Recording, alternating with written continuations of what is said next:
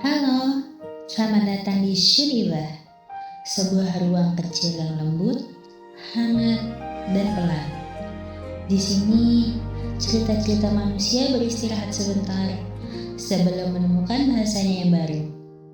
Namaku Nanat. Kalian bisa memanggilku seperti itu, seperti teman-temanku. Dan ini adalah tempat di mana suara-suara kecil dari hati akhirnya bisa didengar tanpa nama, tanpa identitas, hanya rasa.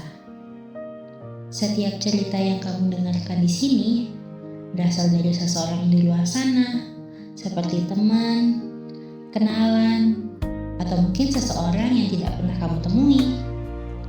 Mereka mengirimkan kisahnya secara anonim, dan aku akan menerjemahkannya menjadi bahasa yang lebih lembut, lebih puitis, dan lebih aku. Shuniwa adalah tempat untuk menemani malam-malam yang sunyi, hari yang berat, dan pikiran-pikiran yang tak sempat kamu ceritakan pada siapapun. Selamat datang di episode hari ini.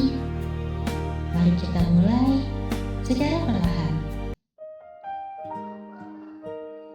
Cerita ini datang dari perempuan cantik yang mencintai indahnya dunia K-pop. Sebagai sesama pencinta K-pop, aku merasa dekat sejak pertama kali membaca ceritanya. Sedikit ya emang? Sebelum kita mulai, aku juga suka K-pop sejak SD. Dan lucunya, nama podcast ini adalah gabungan dari bias-bias favoritku. Cukup sampai di sini aja deh TMI kali ini. Mari kita mulai ceritanya. Ada masa dalam hidupku ketika aku tidak pernah benar-benar percaya bahwa pertemanan online itu nyata.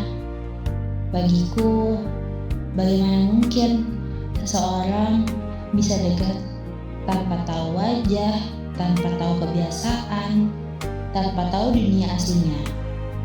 Tapi semua itu berubah ketika aku mulai masuk ke lingkungan kecil yang hangat. Pada tahun 2018 sampai 2020 aku menjadi N-Citizen.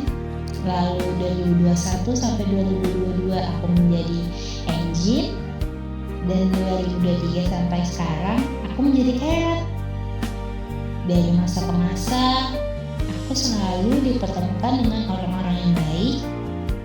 Ada yang hilang perlahan, ya namanya juga orang datang dan pergi.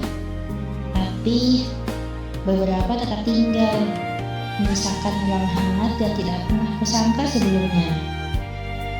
Puncaknya terjadi pada 2023 sampai tahun ini, 2025. Aku benar-benar punya teman online yang rasanya seperti tinggal di sebelah rumahku.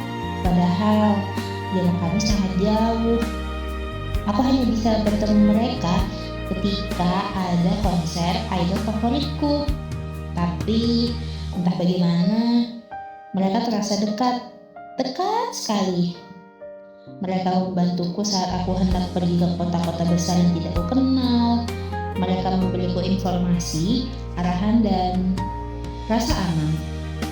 Di titik ini, aku sadar pertemanan online terkadang lebih nyata daripada hubungan yang bahkan disuruh tentu. Aku sayang semua teman-teman onlineku. Mereka datang tanpa aku tahu kapan, tapi menetap lebih lama dari yang pernah kubayangkan. Pesan buat hari ini, tidak semua hubungan butuh ruang fisik untuk menjadi nyata. Kadang seseorang yang hanya kamu temui di layar justru menjadi tempat paling aman untuk pulang.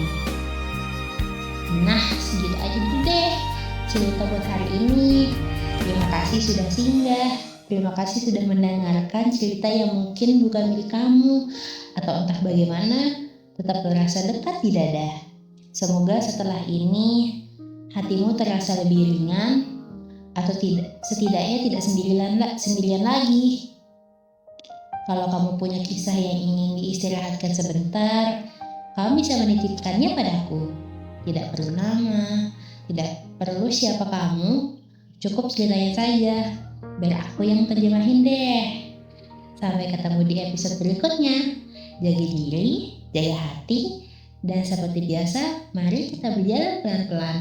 Bye-bye!